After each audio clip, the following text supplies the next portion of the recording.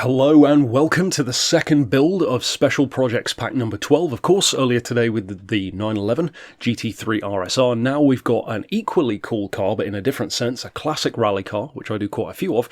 This time, quite a lot higher up the food chain though. It's no Renault 4 or Citroën DS.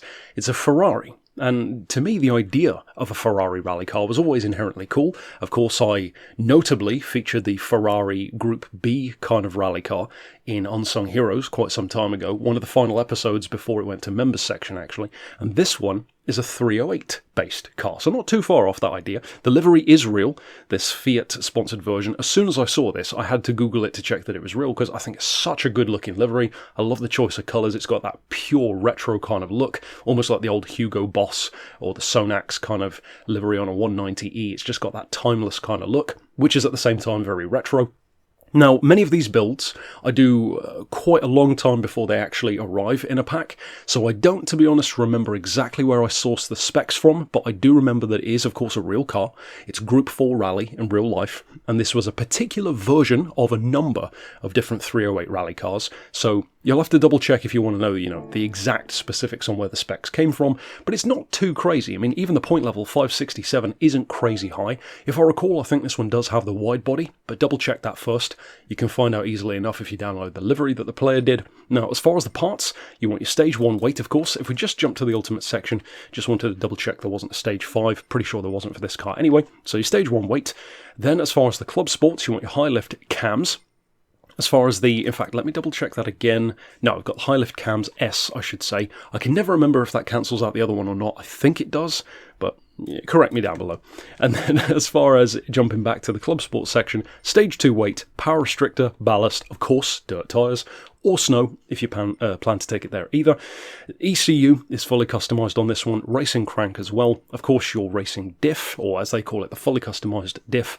The fully customised manual transmission is what I've gone for. Feels more appropriate for a rally car, and also it's slightly more forgiving on points, so you've got a bit more room to play with. Stage 3 weight, I actually have increased the rigidity on this one. For a rally car, especially a classic rally car, it does come in handy sometimes. It definitely does here. We've got the racing silencer, racing filter, manifold, pads and discs, the race suspension, and then as far as the extreme stuff, I've got the hydraulic handbrake.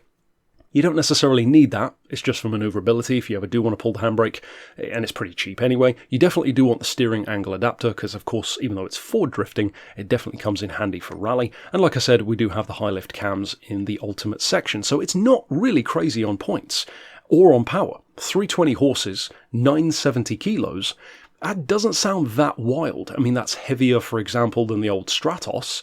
And we're going to come back to the Stratos because this is a pretty damn good rival, actually, for the Stratos special project that I did many, many packs ago.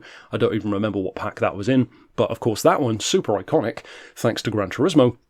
But one of the reasons why I wanted to do this one is because, to me, I could totally, fully imagine in some alternate timeline if, let's say, Ferrari were included earlier in the Gran Turismo series, say in Gran Turismo 4, tell me you can't imagine this car with PS2 graphics in Gran Turismo 4, going around like Amalfi. I can totally see this being a car back then with those big flapping mud flaps in the wind like the cars used to have, or going around Chamonix. I could totally see this being like a Gran Turismo 4 kind of car that would only be iconic for many of us because of being featured in the game. That's the kind of imagery, the kind of vibe that I wanted to capture with this one. And incidentally, speaking of mud flaps, I've recently put some rally flaps on my Daihatsu Rally, and I love the look of it. I really wish you could do that in the game. That would be such a cool visual upgrade, to put mud flaps on vehicles that are allowed to have rally tyres. I think that would be a pretty awesome upgrade. But as far as the tuning, of course, as you can see, we've got the dirt tyres fitted. As far as the suspension, 110mm front and rear, so it's not crazy high, but it is good enough for clearance. 4 on anti-roll, 20 and 30 for the dampers, so probably quite a lot lower than you'd think, but the reason for that is we're going all springs. This is all spring action for this one, 2.35, and then the springs are doing 100% of the work, the dampers are doing very little, so you've got that nice little bounce to it to soak up the bumps, but without being too soft.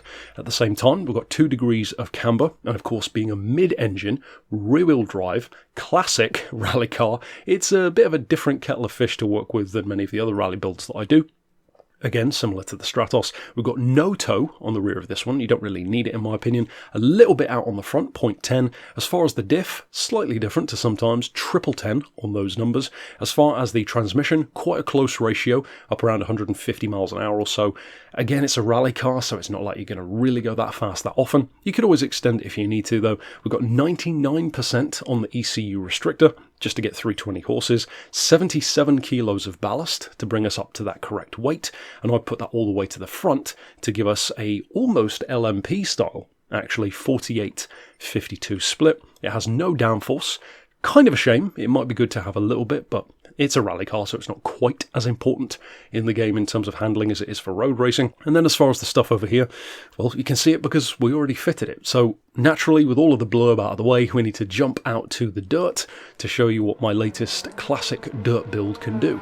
I love this one. If you can't tell already, I really like the idea of this, and in terms of actually driving it, I could actually see, for some of you, this being one of your favourite rally builds that I've done, especially if you are not familiar with a Ferrari 308 rally car. If this is, in a similar way to the Unsung Heroes episode, the sort of machine which you didn't know existed, then I could totally see it being a car that many people would fall in love with. I mean, I say many people, of the people who watch this video, some of you I think will end up loving it. It's not necessarily quite as quick as the Stratos. It kind of goes back and forth on specs. The Stratos was about 280 horses, this is 320, seems like a big advantage, but then the Stratos is 880 kilos, I think. This one was 970, so that's also quite a big disadvantage. So it's a great little rivalry between them. I believe the Stratos might have had a higher point level, but I don't recall, and obviously the Stratos is much better known for rally than the Ferrari is, but it's a lovely alternative, and I'm sure for many like me who don't even use the Ferrari 308, I certainly don't, I find it quite a boring car usually, this is great because it makes it so much more interesting and gives it so much more potential use. So rallying, despite being overlooked in Gran Turismo for the most part, you can have some fun with it, and if you want to try something different, well, this is definitely that. So of course stick around for the 8 more builds coming this week. If you haven't checked out the 911 GT3 RSR from earlier today, of course do that, and I'll see you next time. But for now, thanks for watching.